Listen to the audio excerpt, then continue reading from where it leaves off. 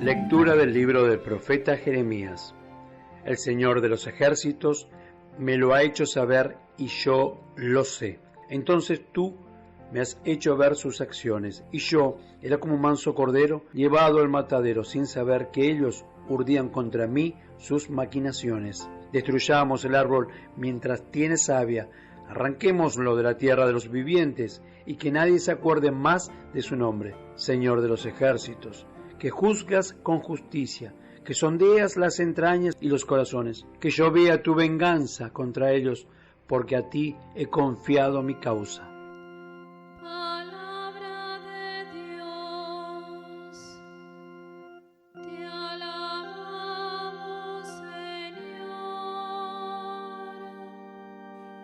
Tras escuchar estas palabras, muchos de la multitud decían: «Este es verdaderamente el profeta». Otros: «Este es el Cristo». En cambio otros replicaban: «¿Acaso viene de Galilea el Cristo? ¿No dice la Escritura que el Cristo vendrá de la estirpe de David y de Belén, la patria de David?». Así pues, hubo desacuerdo entre la gente acerca de él. Algunos de ellos querían prenderlo, pero nadie puso las manos sobre él. Regresaron los guardias a los príncipes de los sacerdotes y fariseos, y estos les dijeron: «¿Por qué no lo habéis traído?». Respondieron los guardias: «Nunca habló así hombre alguno». Los fariseos les contestaron: «¿También vosotros habéis sido engañados? ¿Acaso ha creído en él algún magistrado o fariseo? Pero esa gente que desconoce la ley son unos malditos». Nicodemo, que era uno de ellos, el que había ido antes a él, les dijo: «¿Acaso nuestra ley juzga a alguien sin haberlo escuchado y sin saber qué ha hecho?». Le contestaron: «¿También tú eres de Galilea? Investiga y verás que de Galilea no ha salido ningún profeta». Y se marchó cada uno a su casa. Palabra del Señor.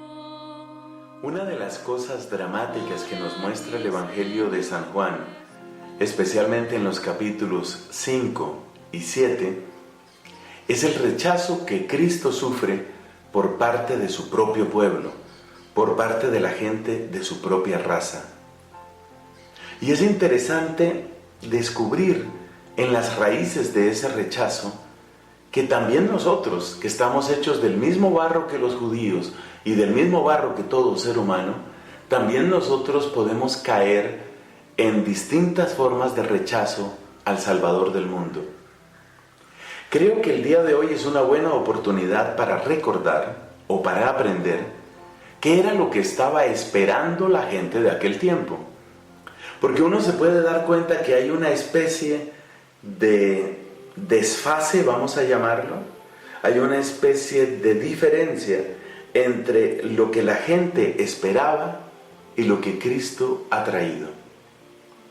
Ese desfase, ese desnivel, es interesante descubrirlo porque, repito, revela algo sobre el corazón humano y lo que nos ayude a entender al corazón humano, a la luz de Dios, nos ayuda a descubrirnos también a nosotros mismos. ¿De qué estamos hablando? ¿Qué esperaba la gente? Aparecen las palabras de los que intervienen hoy en el pasaje. Había gente que esperaba al profeta, había gente que esperaba al Mesías, y en otros pasajes sabemos, había gente que esperaba el reino de Dios. Hagamos una breve explicación de qué significaba cada una de estas esperanzas y de dónde venía.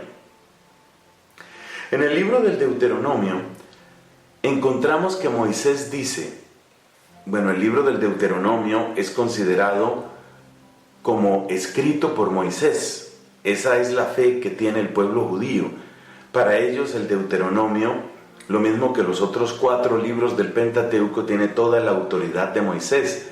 Y a estos 5 libros ellos no los llamaban Pentateuco, sino los llamaban y los llaman la Torá, la ley de Dios, la expresión de la voluntad divina, recibida por el pueblo a través de Moisés. En el libro del Deuteronomio, que es parte de la Torá, dice Moisés: Dios les enviará otro profeta como yo. Otro profeta como yo. Entonces, cuando encontramos en el pasaje de hoy, del Evangelio de hoy, que es capítulo 7 de San Juan, encontramos que algunas personas dicen, este debe ser el profeta. Ahí se están refiriendo a esa esperanza que brota de las palabras mismas de Moisés. Porque Moisés habla de otro profeta. El gran profeta que les da a conocer quién es Dios y cómo es Dios es Moisés. Pero Moisés mismo dice que vendrá otro profeta. Por eso la gente tiene la idea de que vendrá un profeta, y eso es lo que aparece en el texto de hoy. También aparece la palabra Mesías. Otros se preguntaban, ¿será este el Mesías? ¿De dónde viene la esperanza en un Mesías? La palabra Mesías es de la lengua hebrea y significa el ungido. Y según la tradición de la monarquía, los que eran ungidos eran los reyes. De manera que al decir que estamos esperando al Mesías, estaban diciendo estamos esperando al verdadero rey. Efectivamente, nos damos cuenta que Dios le prometió al rey David, eso fue como 1000 años antes de Cristo, le prometió que su descendencia siempre iba a reinar. Es una profecía que Dios le entregó a David a través de un hombre santo y valiente llamado Natán. Natán, profeta de Dios, le dio este anuncio a David, que su dinastía iba a reinar. Y entonces, pues esperar al Mesías es esperar el cumplimiento de esa palabra que se encuentra en el segundo libro de Samuel. Entonces, cuando dice aquí que estaban algunos diciendo, este debe ser el Mesías, se estaban refiriendo a esa promesa que Dios le hizo a Natán, o mejor, que le hizo a David a través de Natán. Y por supuesto, esta profecía estaba relacionada con la expresión reino de Dios, porque el tiempo en el que el pueblo hebreo experimentó de una manera más cercana lo que significa servir a Dios y todo lo que trae, todo el bien que trae servir a Dios, es decir, que Dios reine, eso lo descubrió el pueblo fundamentalmente en el tiempo de David. Por eso para ellos el reino de Dios significaba fundamentalmente que vuelvan los buenos tiempos como los que había en la época de David.